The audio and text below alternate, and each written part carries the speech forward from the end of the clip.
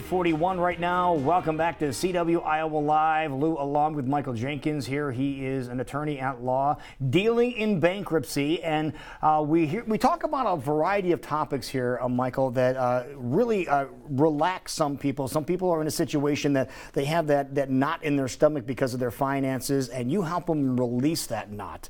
And they thank you all the time for some of the advice that you pass on.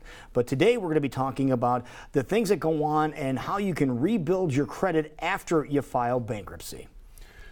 A lot of people, when they come in, one of their concerns is, okay, if I take this bankruptcy, what's it going to do to my credit and how do I get it back? So we have many people that their credit actually is, at least from a score perspective, it's already good. They've been making all their payments on their debts, and so the problem is they got too many debts, and so it's become overwhelming, and so they've got to get rid of it, but their credit is actually quite good. It's so you could have a decent credit rating and still end up filing bankruptcy. Absolutely. Oh, I didn't realize that. I thought one was in the tank, and that's the reason you had to file bankruptcy. Well, we have people that are juggling their payments, and so they may have $50,000 or $60,000 in revolving debt, and they're making their payments every month. So their score is looking pretty good because they're making all their payments. But now it's gotten to the point where the person has realized they can't make them anymore, that it's become unsustainable, and they're fearful of, well, do we have to wait to file bankruptcy? A lot of people go, do we have to be 3 or 4 months behind on our payments? And we tell them, no, you don't have to be. If you have too much debt, you can file it at any time if you meet the qualifications. And so we don't make people wait. Mm-hmm. And so those people, and well, other people too, are concerned. Are we going to be able to get credit again after we file bankruptcy, or do we have to wait 7 years or 10 years? People hear all these different kinds of things. The 7-year one is the one I heard the most. And I think people get confused with the notion that when you file bankruptcy, it stays on your credit report for 10 years. And so that's where that notion comes from. And it used to be, before the law changed, that you could only file bankruptcy once every 6 years. And so I don't know where people thought 7 years, but it's always been in people's minds a 7-year thing. Yep. And so I think that's why they thought you can't get credit for 7 years. Okay, so that's not true. That's not true. It's just an old wives' tale. And so many forms of credit can be available after filing bankruptcy, and there's a couple of different ways that people can go about getting credit again. So what you have to bear in mind is when you file bankruptcy, especially for those whose credit was already in bad shape when they filed, all of the bad things that were on your credit report, well, those are all going to be gone. I mean, it's going to show that a bankruptcy was filed on them, but it's going to be showing it's owing zero. It's not going to be in collections anymore. So all of these negative connotations on your credit report as to each of these items aren't going to be there anymore, because it's just going to show zero. It was part of a bankruptcy. So I think that what it really does is it takes you into a position where you'd be if you had no credit. So a young individual that's maybe just gotten out of high school and getting going on things, they have to establish credit in this culture that we have. And so you got to prove to the people that lend money that you're responsible enough and that you'll pay it back. So that's kind of, it's almost as bad to have no credit as it is to have bad credit, because either way, you're not getting a loan. Okay. Now, what about making good on debts you already have at the time that you're filing bankruptcy? Because it sounds like this is something that could really save a lot of people. Well, that's probably the best way to be able to get credit reestablished once again. So when you file bankruptcy, certainly you're not going to be worrying about paying the medical bills and the credit cards. You don't want to make good on those debts.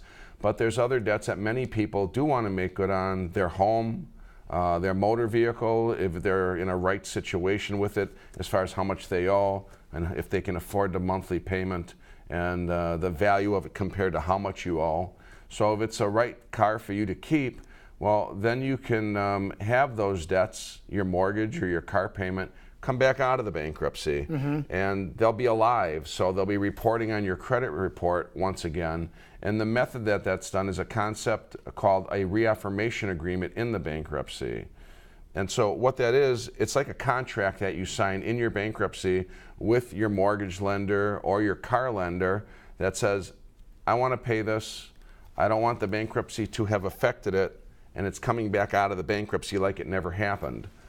And so the benefit of it is, since it was like the bankruptcy never happened, it'll continue to report on your credit report when you make payments. So your score will keep tabulating. And it'll help your score go up. Now, if you don't pay it on time, it could also take your score down, and it can affect your credit negatively after bankruptcy. So if you do enter into one of these, it's very important to make sure you make good on it and you pay every month on time. Now, and so those are the two that you are most likely, the house and the car. Those are what I would say the only two, and every once in a while a furniture loan, at least in our part of the state and part of the country, it's Nebraska Furniture is on occasion one that our clients might enter into a reaffirmation agreement with for their furniture, but primarily it's going to be home and car. Got it. So to get these done, first off, you have to be able to show in your bankruptcy on the papers you file that you can afford the payment. So when you're reporting your take-home income per month and then all the living expenses you have, you can't be in the hole after you've wiped out all the other debts you were going to wipe out. You have to be able to show the judge you can afford it.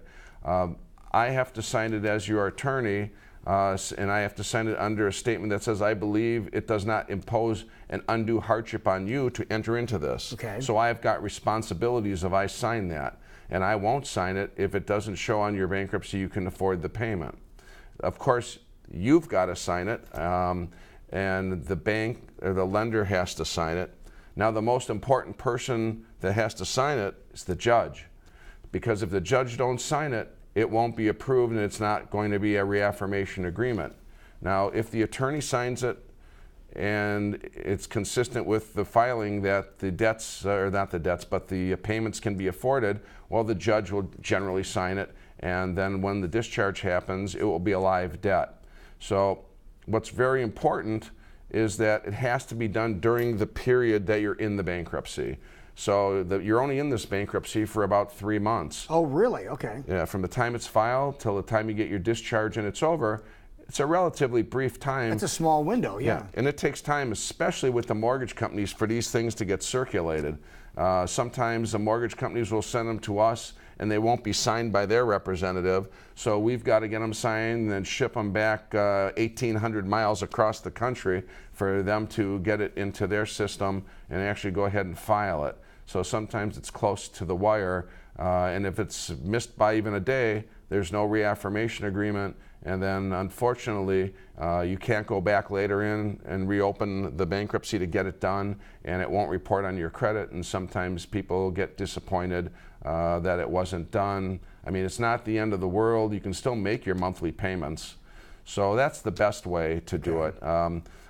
Other than reaffirmation agreements, another good way would be if you need a car, once your bankruptcy is over and if you are working, it's not that difficult to go to many of the car dealerships in town, and they've got many lenders that will give loans to people. So you can still get bankruptcy. A loan. Okay. Sure can. And we refer people out to several dealers that we feel treat people fairly, and our clients have been very happy with the cars they get, and they build up their credit that way. And every once in a while, it's not a bad idea to maybe get a credit card and use it responsibly.